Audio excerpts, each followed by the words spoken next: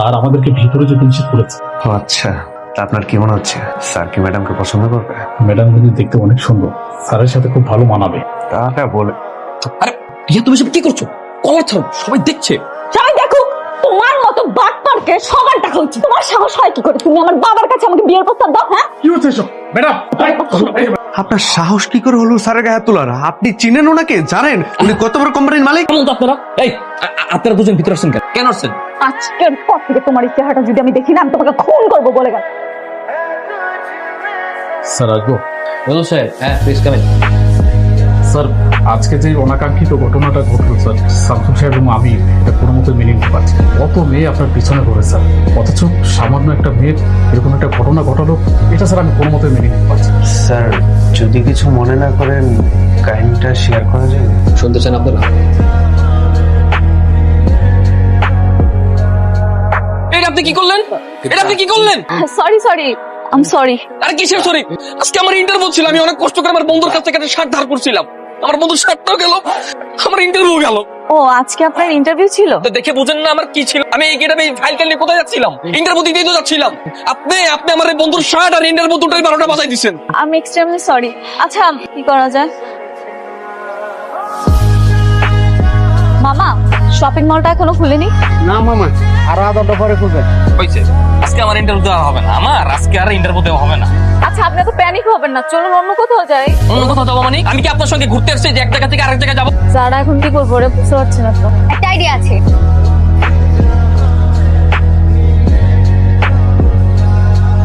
এই শোনো, stand up. তুই মেয়েদের শার্ট পরে ইন্টারভিউ দিতে এসেছেন কেন? আসলে স্যার ইন্টারভিউতে আসার জন্য ভালো কোনো শার্ট ছিল না, তাই আমি আমার বন্ধুর কাছ থেকে একটা শার্ট ধার করে আসছিলাম। কিন্তু আসার সময় একটা মেয়ে ভুলবশত আমার শার্টে কফি ঢেলে দেয়। তারপর স্যার আমি অনেক শপিং মলে খুঁজেছি, কিন্তু কোনো শপিং মল ওপেন ছিল না। যাতে লেট না হয় ওই মেয়ের শার্ট পরে চলে এসেছি। বুঝতে পেরেছি, একটা শার্ট গায়ে দিয়ে যে ইন্টারভিউতে আসতে পারে না, সে আবার চাকরি প্রত্যাশী। কি হবে কোনাও? আই এম এক্সট্রিমলি সরি, আমার জন্য আপনার জবটা হলো না। না না, আপনি সরি বলছেন কেন? আপনার জন্য কোনো কিছু হয়, আমার কপাল খারাপ তাই আমার জব হয়। আর আপনার ওই শার্টটা তো এখনো ফেরত দেওয়া হয়, আমি কালকে বাসায় গিয়ে তুই তারপর ফেরত দিয়ে দিব। না না, ওটা ফেরত দিতে হবে না। দেখুন, আমি আপনার সঙ্গে বেশিক্ষণ কথা বলতে পারছি না, কারণ আমার প্রচন্ড ক্ষুধা পেয়েছে। আমি সকাল থেকে কোনো কিছু খাইনি। আমি এখন ওই পাশের ওই চার দোকানে কলার পাউরুটি খেতে দেবো। আপনি চাইলে আমার সঙ্গে যেতে পারেন। ও শিট, আমিও না আপনার সাথে কথা বলতে বলতে ভুলেই গিয়েছি। আচ্ছা একটা কাজ করি, চলুন আমরা কোনো রেস্টুরেন্টে যাই। না না, রেস্টুরেন্টে যেতে পারবো না, আমার কাছে রেস্টুরেন্টে যাওয়ার মতো অত টাকা পয়সা নেই। না না, আপনি শুধু শুধু টেনশন করছেন। আমি আছি না, আমি খাওয়াবো আপনাকে। কেন আপনি খাওয়াবেন কেন? আমি কি আপনার কাছে খেতে চেয়েছি? আমি কারো কাছে ঋণী থাকতে চাই না। তাতে কি হয়েছে? আজ না হয় আমি আপনাকে খাওয়াই, আপনি অন্য একদিন খাইয়ে দিবেন। কি ঠিক আছে? মা জানো, আজকে একটা ছেলের সাথে পরিচয় হয়েছে। ছেলেটা খুব ইনোসেন্ট। তুই কি করে বুঝলি যে ছেলেটা ইনোসেন্ট? আজকালকার ছেলেরা মেয়েদেরকে ইমপ্রেস করার জন্য কত কিছু করে, কত শো অফ করে, মিথ্যা বলে, কিন্তু ছেলেটা পুরো উল্টো। আজকাল ইনোসেন্ট ভাব ধরে থাকাও এক ধরনের শো অফ। ওই ছেলেটা তোকে পটানোর জন্যই ইনোসেন্ট ভাব ধরেছে। খবরদার বলছি, এই ধরনের ছেলেদের কাছ থেকে দূরে দূরে থাকবি। না না মা, ছেলেটা আসলে ইনোসেন্ট। এখন তো আমার কথা তোমার পছন্দ হচ্ছে না। যেদিন ওই ছেলেটার আসল রূপ দেখবি সেই দিন বুঝবি। এখন তাড়াতাড়ি দুধটা শেষ করে শুয়ে পড়। বলেছে তুমি তো ওকে দেখোনি, এই জন্য বলছো। হ্যালো, কেমন আছেন? আলহামদুলিল্লাহ ভালো, কিন্তু কে বলছেন? ওরে বাবা, আমার নাম্বারটাও সেভ করেন? ঠিক আছে, তাহলে আমি ফোন রেখে দিই।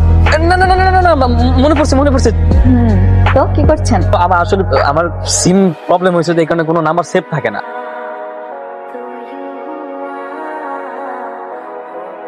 জানো নেহা, এই যে কত ইন্টারভিউ দিলাম, কত চেষ্টা করলাম, তারপরও না কোনোভাবেই না চাকরিটা হচ্ছে না। আমার কেন জানি মনে হচ্ছে আমার কপালে হয়তো কোনো চাকরি। আচ্ছা, তুমি কোন সাবজেক্টে পড়াশোনা করেছো? Business and management. তুমি বিজনেসে পড়াশোনা করছো, তাহলে তো বিজনেস করতে পারো না? শোনো, বিজনেস করতে হলে প্রথমে যেটা প্রয়োজন সেটা হচ্ছে ক্যাপিটাল, আর আমার কাছে যেটা নেই বর্তমানে সেটা ম্যানেজ করা পসিবল। তার থেকে চাকরি খুঁজাইবে। মন খারাপ করো না, একদিন ঠিকই চাকরি হয়ে যাবে, দেখো। আচ্ছা একটা কথা বলি, একটা জিনিস ভাবছি আমাদের রিলেশনটা তো অনেকদিন হলো, এখন বাবাকে বলা উচিত। হ্যাঁ, এমনও তো হতে পারে আমার বাবাই তোমাকে হেল্প করলো একটা চাকরি পাওয়ার জন্য। নেহা, তুমি এসব কি বলছো? আমি বেকার একটা ছেলে, আমার কাছে কোনো চাকরি নেই, আমি এই অবস্থায় তোমার বাবার সামনে যাবো? নেহা, তুমি যতটা সহজ ভাবে ব্যাপারটা ততটা সহজ না, বাস্তবতা অনেক কঠিন। তোমার বাবা কোনো অবস্থাতে আমাকে এইভাবে মেনে নেবে না। আমি আমার বাবাকে চিনি, আমার বাবা খুব পছন্দ। এমনও তো হতে পারে বাবা তোমাকে একটা ভালো চাকরি দিল, তুমি বাবার কাছে যাও, কথা বলো। আমি আজকে রাতে গিয়ে বাবার সাথে কথা বলবো, কালকে সকালে তুমি বাবার সাথে দেখা করবে, ঠিক আছে?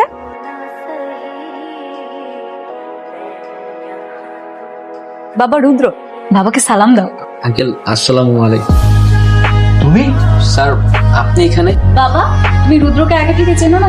আরে ছেলে, তুমি সেই ছেলেটা না যে আমার অফিসে মেয়েদের ড্রেস পরে ইন্টারভিউ দিতে গেছিলে? জি স্যার। ও হ্যাঁ বাবা, ওটা তোমার অফিস ছিল। আগে জানলে তো এত কাহিনীই হতো না। হয়েছে কি বাবা, ওই দিন হয়েছে, আর বলতে হবে না। তুই ভেতরে যা, আমি ওর সাথে কথা বলছি। কেন বাবা, আমরা সবাই একসাথে গল্প করি না? আমিও থাকি। আমি ভেতরে যেতে বলেছি, ভেতরে যাও, আমি ওর সাথে একা কথা বলবো। তুমি বসো, আমি নাস্তা নিয়ে আসি। আচ্ছা। আরে ছেলে, কি নাম তোমার? জি, রুদ্র হাসান স্যার। তোমার বাবা কি করে? আমার বাবা সরকারি অফিসের পিয়ন ছিলেন, গত বছর রিটায়ার করেছেন। হোয়াট? পিয়ন? তোমার সাহস হলো কি করে একটা পিয়নের ছেলে হয়ে আমার মেয়েকে বিয়ে করার স্বপ্ন দেখার? তোমার মতো একটা রাস্তার ছেলে যার একটা শার্ট কেনার ক্ষমতা নেই, সে এসেছে আমার মেয়েকে বিয়ে করতে? আরে তোমার তো ড্রাইভার হওয়ার যোগ্যতাও নেই। স্যার আমি জানতাম না যে নেহা আপনার মেয়ে। আমি যদি জানতাম নেহা আপনার মেয়ে, আমি কখনো এমনটা করতাম না। আরে আমার মেয়ে হোক আর যার মেয়ে হোক, অবস্থান বুঝে প্রেম করতে হয়। তোমার মতো একটা লোয়ার ক্লাস ছেলের সাথে আমি কখনোই আমার মেয়ের বিয়ে দেবো? স্যার আমার চাইতেও নেহা আমাকে অনেক বেশি ভালোবাসে। আর আমি তো নেহার কাছে কোনো কিছু লুকাইনি। আমার অবস্থান আমাকে দেখে বুঝে শুনে নেহা আমাকে ভালোবেসেছে। আরে আমি জানি তো, জানি তোমার মতো থার্ড ক্লাস ছেলেরা কি করে মেয়ে পটায়। আমি জানি তোমরা কেন একটা মেয়ের পেছনে ঘোরো। টাকা তো না? কত টাকা চাই তোমার? আরে টাকার জন্যই তো ফাঁদ পেতেছো, তাই না? বলো, কত টাকা হলে তুমি আমার মেয়ের পিছু ছাড়বে? আরে বলছো না কেন, বলো। 10 লাখ। 10 লাখ? 10 লাখ টাকা। আপনি আমাকে 10 লাখ টাকা দিন, আমি আপনার মেয়ের পিছু ছিলাম। জানতাম, বলেছিলাম না এদের মতো ছোট লোকরা টাকা ছাড়া আর কিছু চেনে না। টাকার জন্যই আমার মেয়ের পিছনে ফাঁদ পেতেছে। টাকা তো না? দাঁড়াও, আমি তোমাকে 10 লাখ টাকাই দিই। এই রে, তোমার 10 লাখ টাকা। এরপর যদি আমার মেয়ের আশেপাশে তোমার টিকিটাও দেখি, তাহলে মনে রেখো কি এতগুলো টাকা?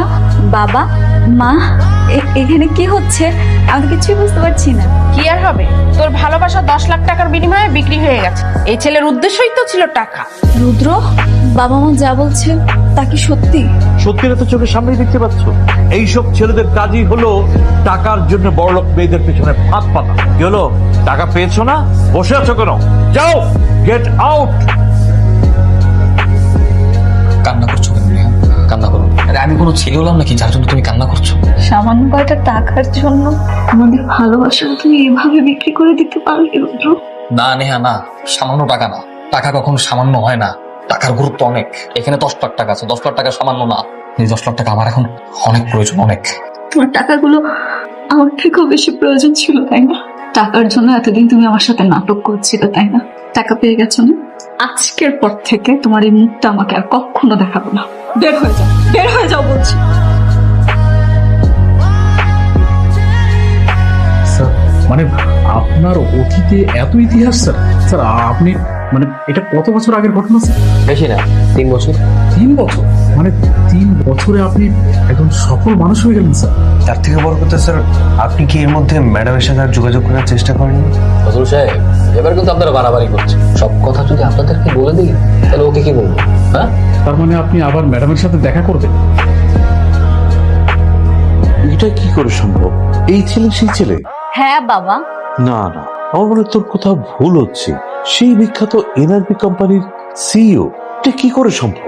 এমনও তো হতে পারে সে তোমার সাথে মিথ্যে বলছে। ও এনআরবি কোম্পানির মালিকই না। ওর পিয়ে শামসুল সাহেবের সাথে আমার 1 বছর ধরে পরিচয়। সিলেটের বিখ্যাত পাথর ম্যানুফ্যাকচারিং কোম্পানির সিইও, বিশাল ব্যবসা, দেশ বিদেশ থেকে অসংখ্য অর্ডার পাচ্ছে। আমি নিজেই তো ওই কোম্পানির ক্লায়েন্ট। কিন্তু মাত্র 2 বছরে এত সম্পত্তির মালিক কিভাবে হলো?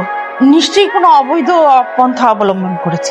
না না, আমার মনে হয় ওর সততায় মুগ্ধ হয়ে সারা পৃথিবী থেকে সে অর্ডারটা পাচ্ছে এবং তাই এত দ্রুত এত রাতারাতি সে এত বড় কোম্পানি দাঁড় করাতে পেরেছে।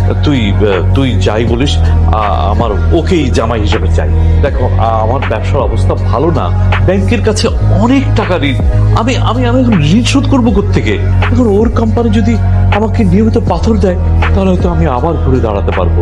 তুই আর আমোদ করিস না মা, প্লিজ তুই মেনে নে। কখনোই না। যে মানুষটা ভালোবাসাকে টাকার কাছে বিক্রি করে দেয়, সে মানুষটা যত বড় লোকই হোক, আমি তাকে বিয়ে করতে পারবো।